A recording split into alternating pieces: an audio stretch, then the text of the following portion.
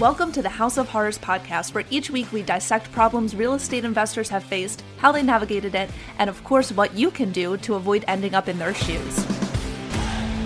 This week I'm really excited to be joined by Bob Lachance. Bob is founder and CEO of Rebel Global, the leading virtual assistant staffing company for real estate professionals. You guys know that I use VAs, and I would be really excited to be talking to Bob a bit about this as well. He's actually a former hockey player. He spent 8 years on the ice, dividing his time between the US and Europe. And after retiring from hockey, he transitioned over to real estate. He did his first flip back in 2004. And over the course of his career, Bob has successfully closed over 2,000 transactions, including 240 back in 2022 and 180 in 2023. He's also the co-founder of Perch Rock, which is a real estate investing firm in Connecticut. Thanks so much for joining me, Bob. Thanks for having me. Appreciate it. So this horror story that you had sent over to me, I just have a note that said, I have a great story about the time I lost $150,000 on a knockdown rebuild. So I really want to walk through the weeds of this story. What drew you to this, property initially? Well, I have a lot of horror stories. I have some recent ones too with a property manager down in Jacksonville, Florida, but we could get to that if you want horror stories. Obviously, I've been in business since 20 years, so I got a lot of them. But the knockdown rebuild, this is back in 2005, and I started in 2004. It was, a can't miss deal, and I put those in quotes because if you're in this business long enough, you will get the opportunity to have a can't miss deal, and don't get sucked into those opportunities because I will promise you it is not a can't miss deal. So anyway, we got sold in. We had to put a non-refundable deposit of $150,000 on a knockdown rebuild in Greenwich, Connecticut. Now, this is areas where houses at that time were going for anywhere from 3 to 5 million, probably 10 million today. This is going back 2005.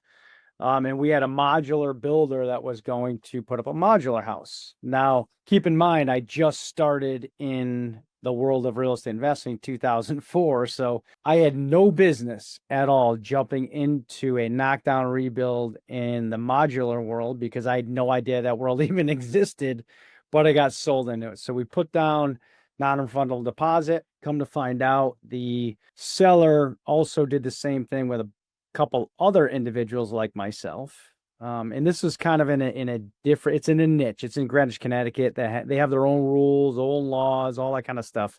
So we had to hire an attorney for $400 and I think it was $95 an hour. As you're aware of, in some of these areas, they cost a little more. So we hired an attorney to try to get our deposit back. And we made a couple of mistakes on our contract, and they had a lot of ways of keeping our deposit, and we tried to fight to get it back. And before you know it, we were $10,000 in the hole in attorney fees. And we looked at each other, my partner and I looked at each other. We said, listen, we could either fight this and be another $100,000+ in the hole, or just cut our losses, hand the 150 grand over, and just say, all right, that's a learning experience. So that's what we did. So I want to walk through some of what you just mentioned. I guess the first piece was, why did you decide to walk away from the property? So you signed this contract to put the non-refundable deposit. I imagine you did some level of due diligence that made you change your mind. So what happened there?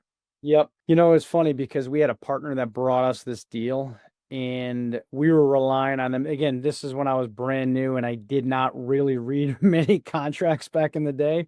And I just relied on, I'm big on a handshake, right? So I'm a very, very big handshake guy. And this was a handshake that I got burnt on. So I really didn't do my due diligence, and I did not have the right team on my side. I did not hand that agreement over to an attorney for them to review it. I live in West Hartford, but our office at the time was in Rocky Hill. And this deal was outside of that area where, like I said, they make their own rules in Greenwich, Connecticut. And I did not do my proper due diligence at all.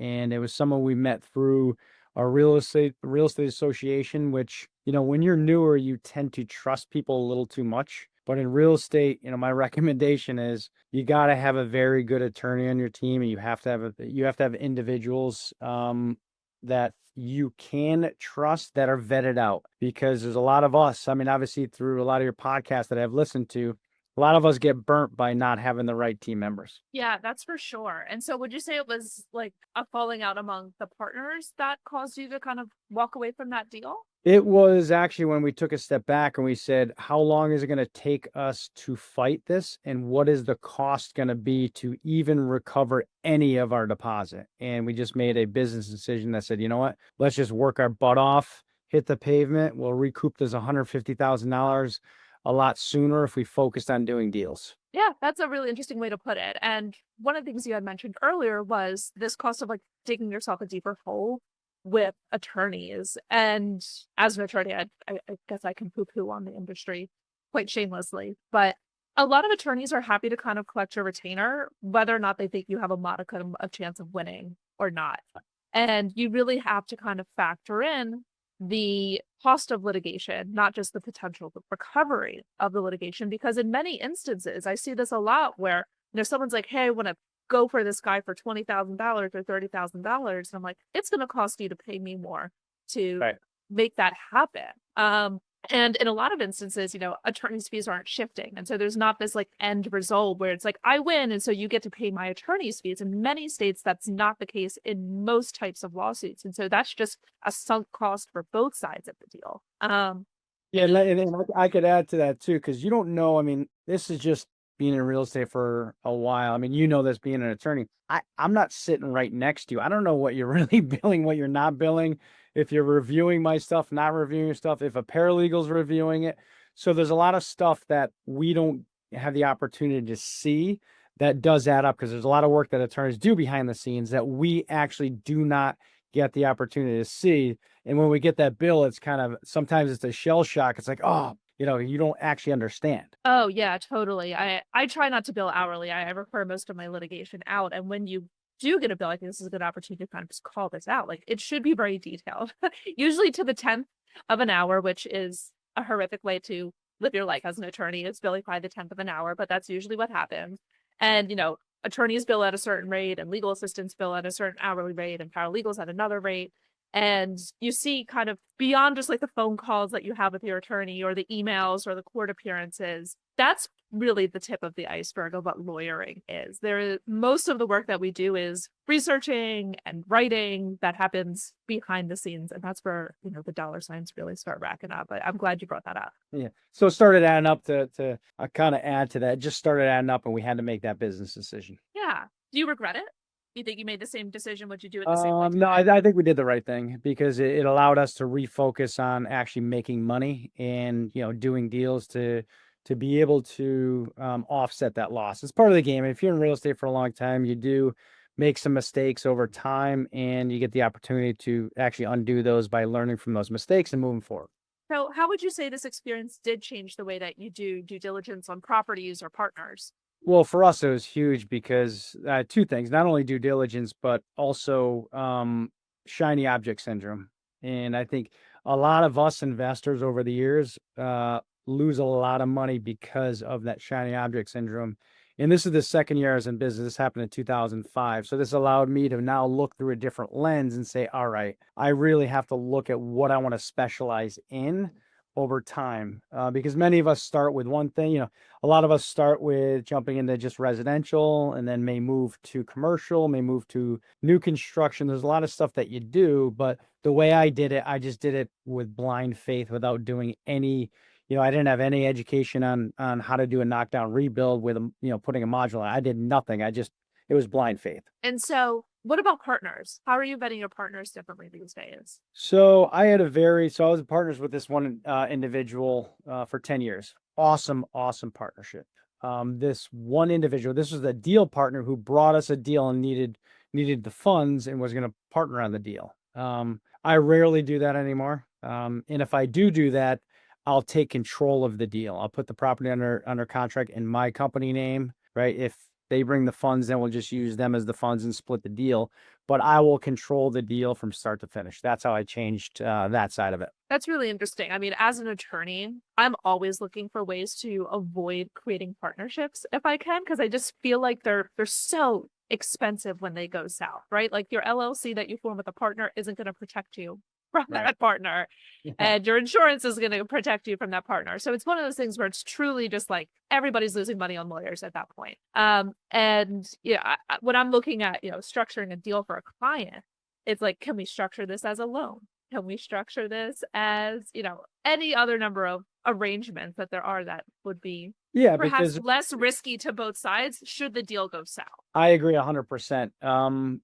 For if you go a deal partner, it's a lot easier, just like you said, if someone brings the money, they could be the lender on it, and you could have some sort of equity split in the end, but it could be laid out rather than being partnerships on an LLC, because you're right, undoing an LLC does get messy and does get I've been through a couple of those through the years. Unfortunately, it's just part of business. I've been in business for over 21 years. So you're going to unfortunately run into that. You may, if you're lucky, you don't have to, but my guess is you will run into something along those lines through the years if you've been in business for 20 plus. Oh, totally. Totally. I see it happen all the time in my business. And even with, people who are in business with each other for a year. And it's funny you had mentioned that, that first deal you had that went south was with someone you met with a RIA, because that I have to say is probably the most common fact pattern I see as a lawyer, whereas these people who are very, I'll say like acquaintances plus, maybe they've gone out for a few beers a few times, but they don't know how this person's paying their bills. They don't know what their,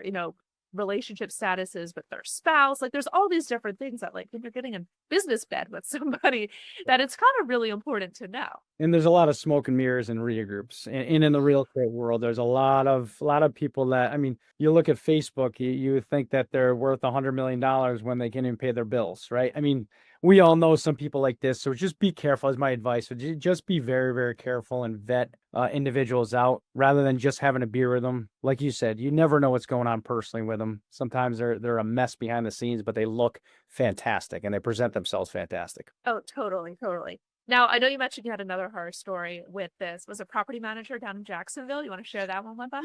Yeah. So I have currently, I think I'm at about 15 properties down in Jacksonville. And I have them with my business partner here, my real estate business partner. And we got a referral, a property management referral, and come to find out the referral was not the best. And we kept getting hit with these change orders. We kept getting hit with these, this rehab costs when we already did the rehab. So it was like a mainline break, and it happened in one house and it happened in another. I'm like, whoa, we're in Florida. Why does this keep happening? So it was like a $5,000 bill, $6,000 bill. And then we're like, all right, listen, we really got to look into this, because this is just this is just something that we're just doing as, that we do to build our portfolio. It's not our earned income right away. We bought kind of into a couple properties, and then we started adding.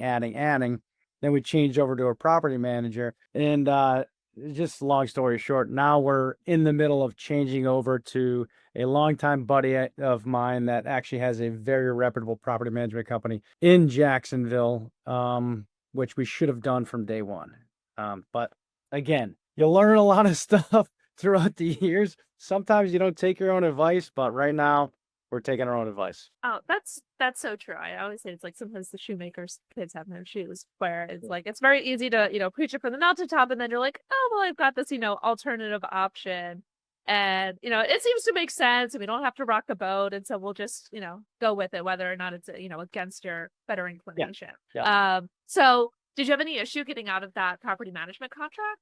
No, we didn't, because fortunate for us, my business partner is very, very detailed, and we had everything that was documented, and the property manager had nothing documented. So every time he gave a quote, they had nothing documented. We're like, all right, now come on. So his name's Adam. I'm like, Adam, man, we got to make a decision. We got to start changing things. Like, yep.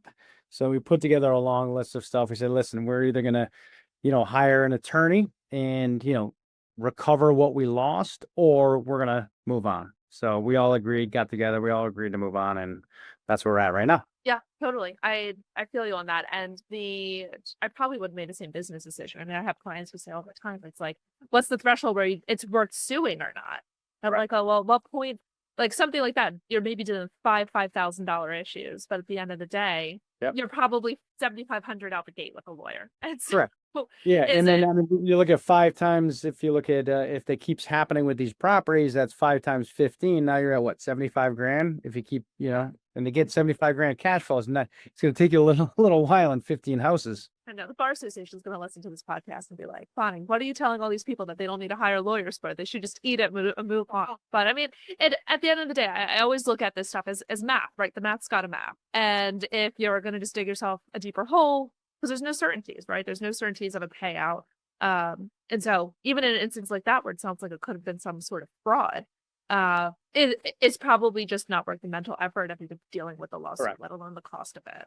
And you're virtual, right? It's not your backyard. If it was your backyard, you could actually go down to those properties and actually look at exactly what they're claiming, right? So that's the other thing. It's just it's just a different business model on the virtual investing side of it. Totally. And I think it is right for that type of abuse when you have this growing, I'd say, subset of out-of-state long-distance investors where these property managers can really kind of take advantage of that situation if you're not diligent and on them.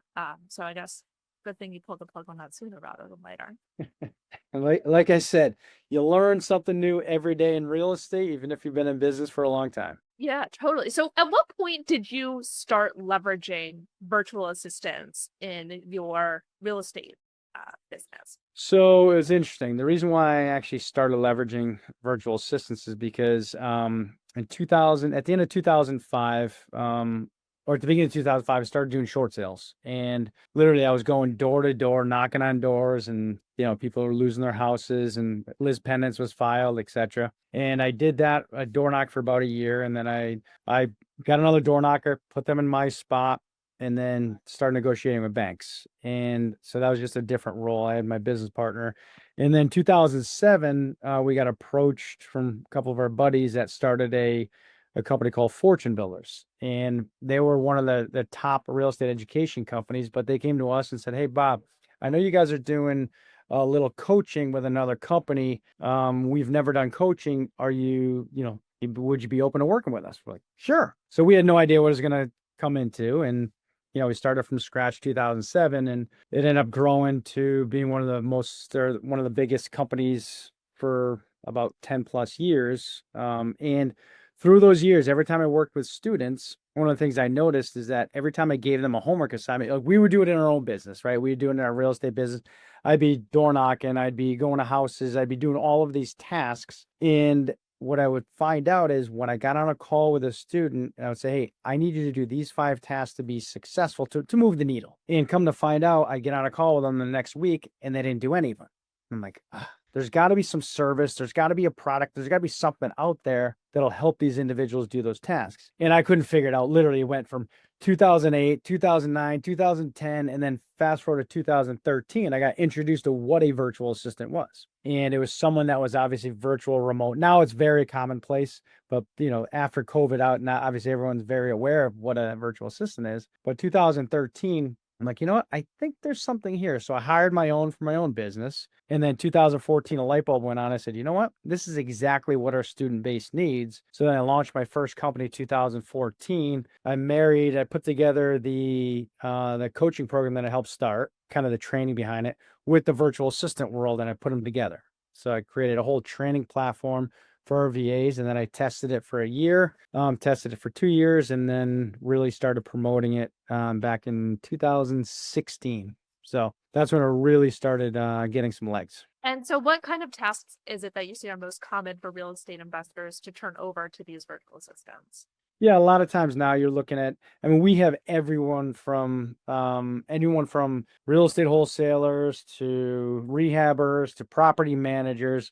So a lot of times I always look at it as, up front, you got branding. So you got social media posting, you have branding your business, and then you get lead generation, whether it's direct to seller lead generation and appointment setting, because obviously for all of us, we need leads in our business. You too, as an attorney, you need leads, but if you don't have leads, because you don't have branding. So everything starts up front with getting your face out there. So I'll give you just a perfect example. If you're newer or you've been in business for a while and you could walk through properties, you could just get an REO property. Doesn't matter. Grab your phone, walk through the property. What you do is you take a video of that. You upload it, send it over to your virtual assistant. They could post it to every single one of your social media handles, right? Or channels. So that's one way to get your face out there. Build a website, post all of your content up there, and you don't have to do any of it. You just do your walkthrough and then you send it over to the VA, and then they could do all the content, they could do all the posting, etc. So that's just one way to consistently get obviously in front of them. They could also do content. They could create a newsletter for you. So then the idea is your face is always out there. And then on top of that, second is you do lead generation. So whether it's outbound seller reach, contacting agents to bring in deals, it depends if you're a rehabber, contacting other wholesalers to bring in deals as well. All this stuff takes a lot of time out of your day. And the way I look at it is, us as investors, our job is our main job is to focus on the tasks that is going to put money in our pocket, and that is actually closing the deal, right? So the VAs will drive you those leads. Our job is to lock them up. Virtual assistant, other task too is transaction coordinating. You also have helping on dispositioning those deals as well. That's just, again, I could go on and on and on, but that would be the top of them. What tips would you have for real estate investors to protect themselves and work carefully with virtual assistants? Yeah, I would say make sure, and I look at this, even though I own a company, you can definitely go get your virtual assistant by yourself, 100%. So you're just going to have to make sure that you know exactly what you want, right? So create a job description, know what tasks that you want, and do know that virtual assistants cannot run your business. You use them as somebody, almost like, look at them like an employee, right? So don't look at it someone who's going to run your entire business. It's exactly the way we do. If we're going to hire someone in your office, make sure you're not going to hire that person to do cold calling, to do bookkeeping, to do property management, to do, I don't know, put on a new roof. My point is that they're just like us. Virtual assistants are the same exact for us. So if you hire someone, make sure that they're good at that skill set that you're hiring them for, because someone who does bookkeeping is not the same person you want to be setting appointments for your business. That's a great point. Do you typically do NDAs or any sort of non-competes or anything like that with virtual assistants? For us, yeah, I mean, there's always something that you can add in, but for virtual assistants, so ours are all out of the Philippines. So we have definitely agreements that we do sign with them, for sure. And if you look at it, I would definitely do a non-compete, but I also would make sure that they're not working for multiple people. So this is something I find it's called moonlighting. So make sure that they are working for you. If you get them full time, make sure that they're working for you full time. That's one of the policies that we put in place in our company to make sure if you hire someone full time, they're working just for you. Yeah, because that's something I have heard happen to other investors and locally to me, was that they were working with a VA. And they come to find out that VA is also working for like one of the competitors. The example was with a wholesaler. And they're like, what do you mean? Like, you're working his leads and working my leads? And it got to be very messy. Yeah, we make sure that doesn't happen for us. But yes, that is something definitely look for, because you can find, like I said, you can find virtual assistants anywhere. But make sure you actually vet them up very, very well, because that's an important part of obviously having the success that you want and the end result that you want. Yeah. So taking a look at everything, your, as I say, 20,000 foot year view, but maybe your 20-year view at this point. Yep. What would you say to new investors who are hesitant to take risks after hearing your two particular horror stories? I would say that real estate's a long game, and it's a very profitable industry. Just know you're not going to get rich the first year in business. It is a long game, and it is you could honestly make the life that you want. And as soon as you start, you can look at it and say, all right, my end goal is to be financially free.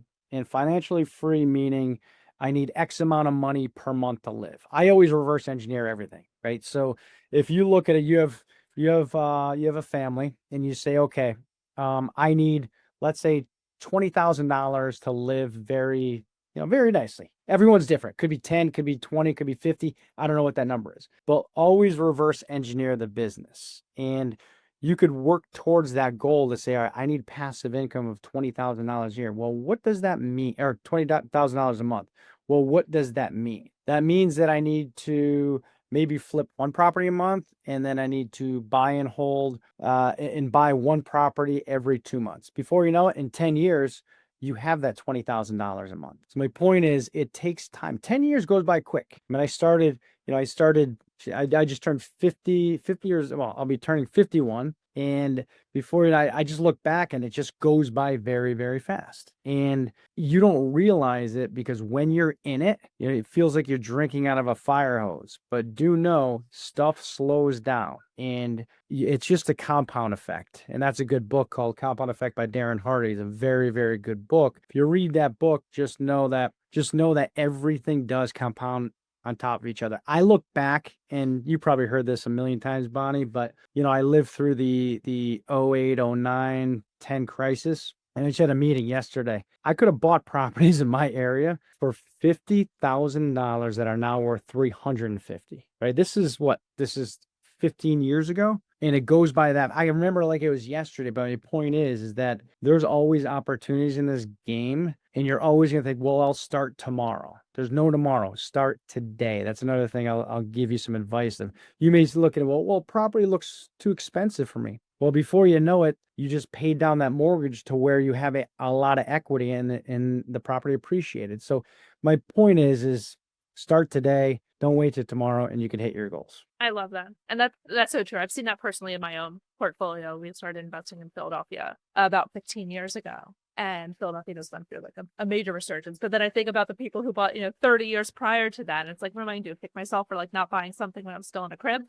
But there's no such thing as, timing the market, timing interest rates. That's the big, pushback I hear from a lot of my clients right now. Oh, we're going to wait until, interest rates come down. I'm like, jump in. Just do it. Yeah, just do it. I love it. Thank you so much for joining us, Bob. If listeners want to connect with you, I will include all of your resources and website handles in the show notes. Thank you so much for joining me, Bob. Awesome. Thanks for having me. Thank you for listening to the House of Horrors podcast. Make sure you're subscribed on your favorite podcast player to make sure you don't miss out on any future episodes. Now, this lawyer's got to drop the fine print real quick. This podcast is educational and not intended to be legal, tax, or investing advice for you.